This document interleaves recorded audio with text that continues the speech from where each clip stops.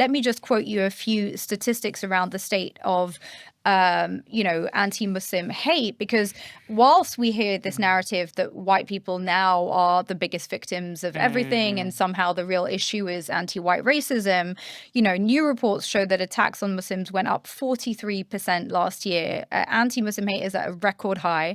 More than half of people in the UK now say they don't think Islam fits with British values. You and I both know that's hardly a new debate. We've been hearing that for most of our adult lives. And then police data shows that Muslims are the most targeted religious group in England. They make up 38% of recorded hate incidents up to last March. Now, in the midst of all of that, we've got, as I said, this, growing narrative about white people being the quote unquote real victims. And we have governments that, successive governments who don't even agree on a definition of Islamophobia. Why is it so hard for our governments to agree on what Islamophobia is?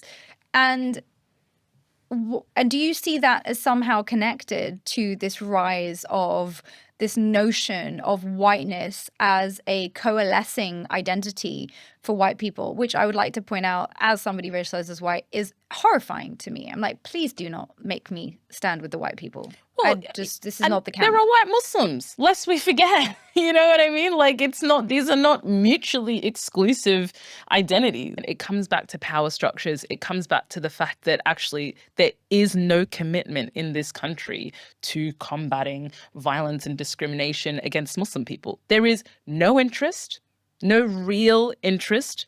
There is no real commitment to it. I think Muslims in the UK are not a group that have great political power, like in terms of moving as a bloc. I mean, it's interesting if we kind of look at, I think it was at the general election, the most recent general election, there was a kind of move away from Labour because of Labour's position on Palestine. And I think it was the first time for a lot of political pundits that they had to kind of think about the Muslims as a voting bloc, for example. But that also caused harm, right? Because then we were perceived, it's like we lose-lose. They're on the margins, they don't participate politically. Then we organize as a group within society and we're told this is separatist, this is just Muslims, an extremist group within Britain organizing to overthrow Britain. For God's sake, there are a couple of independent MPs who are like, we don't agree with genocide. It's wild that is a controversial point. Right. And so what is the political function, would you say, of Islamophobia in this culture? Because I think we understand very well that Muslims are targeted in every part of day-to-day life as the ultimate other. And that serves a political function. So what political function does it serve? And the function of so much of this narrative and so much of this rhetoric is to obfuscate what is obvious, right? Is to obfuscate and to manufacture a threat that doesn't actually exist in order for you to sort of say, I am going to protect you from the threat. Let's just remember what happened less than 12 months ago in this country. In this country, there were riots around the United Kingdom that targeted Muslims. People call them a race riot, but they were not race riots. They were riots against specifically Muslim people, and they were riots against people that were seen as migrants. And migrants in this country, again, and in Europe generally, there is a specific idea of what a migrant is, right? They tend to be black or brown. They tend to, the idea, I'm technically a migrant. My upstairs neighbor who's from Italy is also technically a migrant, but he is not being attacked in the street, right? So it is very clear, who is actually being targeted and who is actually being oppressed and who is actually being violated and violent. The people who were standing outside those hotels, who were burning those hotels and attacking, businesses and mosques. And mosques. Yeah, I pause because I'm just kind of like, God, it's awful. It was. And then we somehow forgot. And they're back again. Did you see? They're back protesting just yesterday. But they're not, terrorists that need to be prescribed by the government, because Britain First, even though they're threatening to burn down buildings with people inside, are not somehow a threat to disorder in the public arena. I mean, this is where we're at. And the thing is, right, it almost feels ridiculous to have to point out how obvious this is.